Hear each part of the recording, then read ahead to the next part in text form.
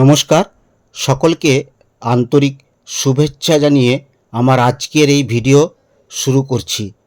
আমি আজ পৌঁছে গিয়েছি বাঁকুড়ার কেশিয়াকুলে অবস্থিত শ্রীনিবাস গৌড়ীয় মঠে, কারণ আজ থেকে এখানে শুরু হয়েছে শ্রী শ্রী রাধামাধবজিউর ঝুলন মহোৎসব। বাঁকুড়ার কেশিয়াকুলে অবস্থিত শ্রীনিবাস গৌড়ীয় মঠ সহ সমগ্র গৌড়ীয় মঠ ও মিশনগুলোতে প্রতি বছর অত্যন্ত ভক্তি ও নিষ্ঠার সঙ্গে শ্রী শ্রী রাধামাধবজিউর পবিত্র ঝুলনযাত্রা মহোৎসব উদযাপন করা হয়।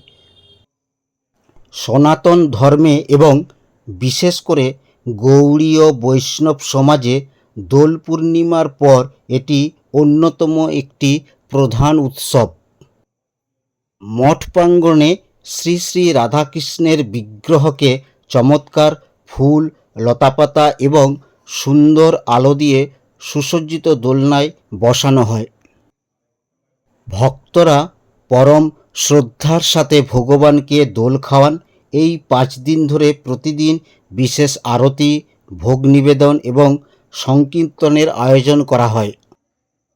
উৎসবের দিনগুলোতে মঠের সাধু ও মহারাজদের উপস্থিতিতে বিশেষ ধর্মীয় আলোচনা, শ্রীমদ্ ভাগবত পাঠ এবং হরিনাম সংকীর্তন অনুষ্ঠিত হয়।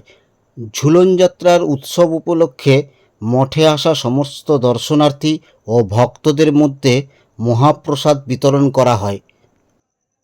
আজ থেকে বাঁকুড়ার কেশিয়াকুলে অবস্থিত শ্রীনিবাস গৌড়ীয় মঠে শ্রী শ্রী রাধামাধবজিউর ঝুলন মহোৎসব শুরু হলো। আজ 6ই ভাদ্র 1433, ইংরাজি 24/8/2026 সোমবার শ্রী শ্রী রাধামাধবজিউর শ্রী শ্রী ঝুলন যাত্রার আরম্ভ। 10ই ভাদ্র 1433, ইংরাজি 28/8/2026 শুক্রবার শ্রী শ্রী বলদেবজিউর আবির্ভাব, ব্রত উপবাস, রাখিবন্ধন এবং ঝুলনযাত্রার সমাপ্তি। 11ই ভাদ্র 1433, ইংরাজি 29/8/2026 শনিবার শ্রীমতী রাধারানীর চরণ দর্শন।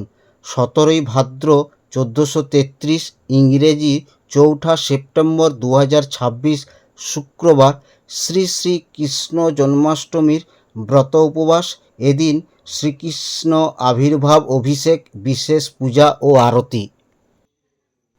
18ই ভাদ্র 1433, ইংরাজি 5ই সেপ্টেম্বর 2026 শনিবার শ্রী শ্রী কৃষ্ণ জন্মাষ্টমীর পারণ।